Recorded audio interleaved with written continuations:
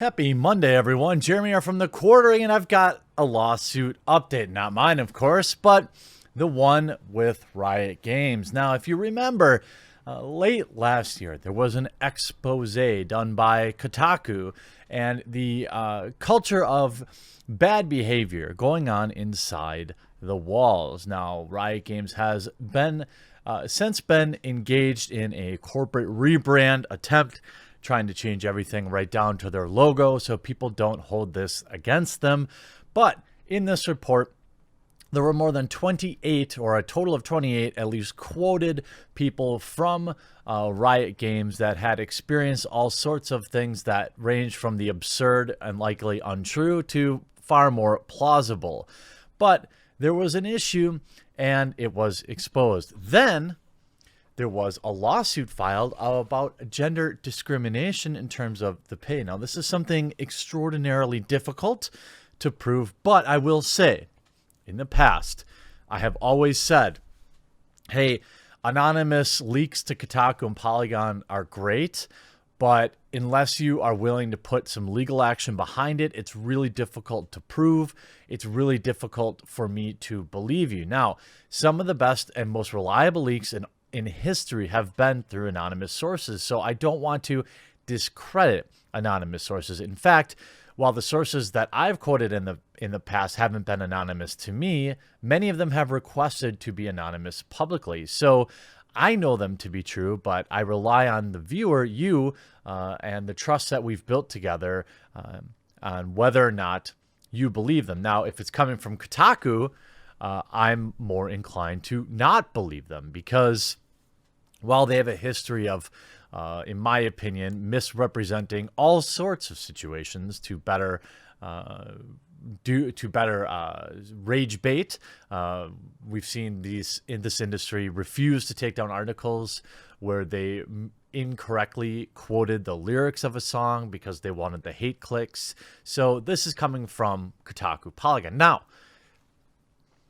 once a lawsuit is filed, the credibility is there. Now, the court will decide on whether or not these complaints are legitimate and actionable. However, it looks like some of the people who have filed this lawsuit forgot all the paperwork that they signed when they started working for the company.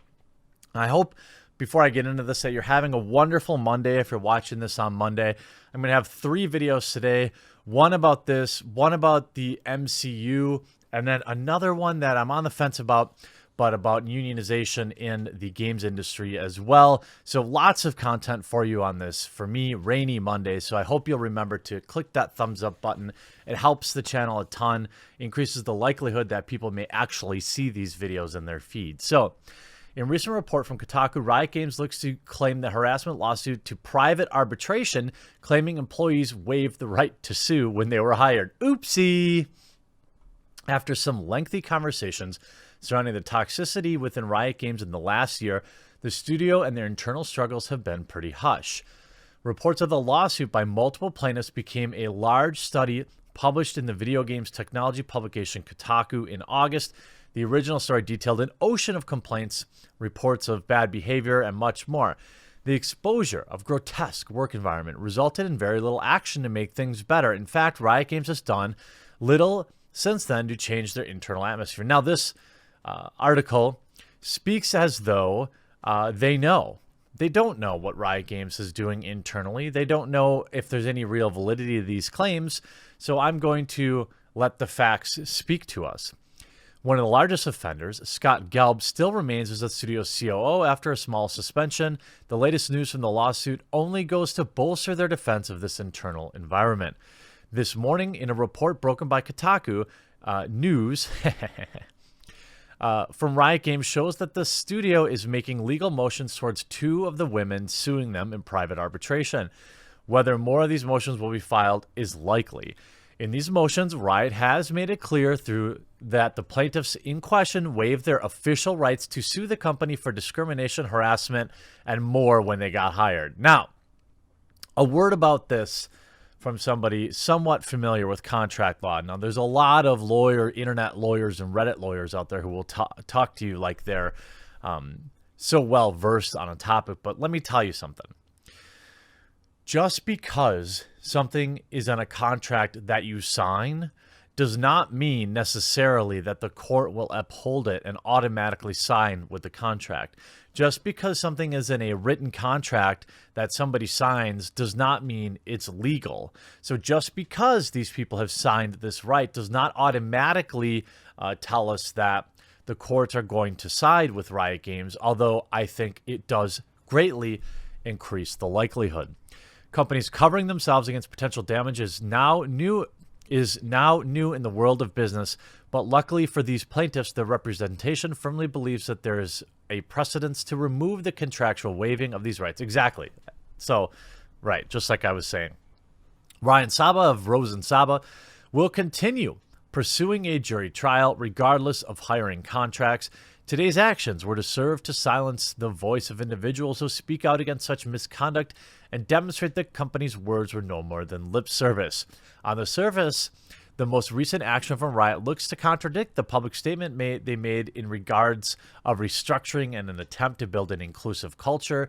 After spending time with Riot's leadership and many other in the organization, it became clear that Riot is truly putting everything on the table, committing to evolving its culture, wrote a newly appointed culture and diversity consultant back in September 2018.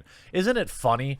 I find this this is an interesting circle of hiring. So a diversity and inclusion director is a new job, a job that, in my opinion, is worthless because diversity and inclusion doesn't matter when you're hiring. Hire the best people for the job. That's, I guess, my opinion. Now, culture is an important thing in any work environment. And so if you want to manage your culture through the HR department, I suppose you could say that this type of position is important. I don't think it's important, but that doesn't mean I'm right. But it's interesting how a lot of these gender studies graduates went to college and got these degrees in a useless position, but then all of a sudden complaints and social pressures started happening, forcing these. Every time I see somebody hired as like a diversity and inclusion manager, I think of it like a like they're being blackmailed into it.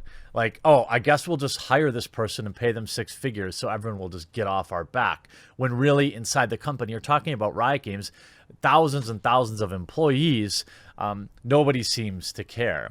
But the developer and publisher of League of Legends is looking to make changes to their company culture in the wake of serious allegations. This is back, of course, when they hired Francis Fry, the key factor in fixing everything. But they have been under fire for many, many months now. And on Saturday, Riot Games has filed motion to move a class action lawsuit against company into arbitration. And as somebody who's involved in a lawsuit, I'd be willing to bet, and again, I'm not a lawyer. Yes, Annie, I see you down there. I'd be willing to bet that they are going to win this motion, that they are going to end up going to arbitration. And this is why, okay? Lawsuits are very expensive. In my own interactions with what I would consider an open and shut slam dunk case, I have been requested to go to arbitration several times.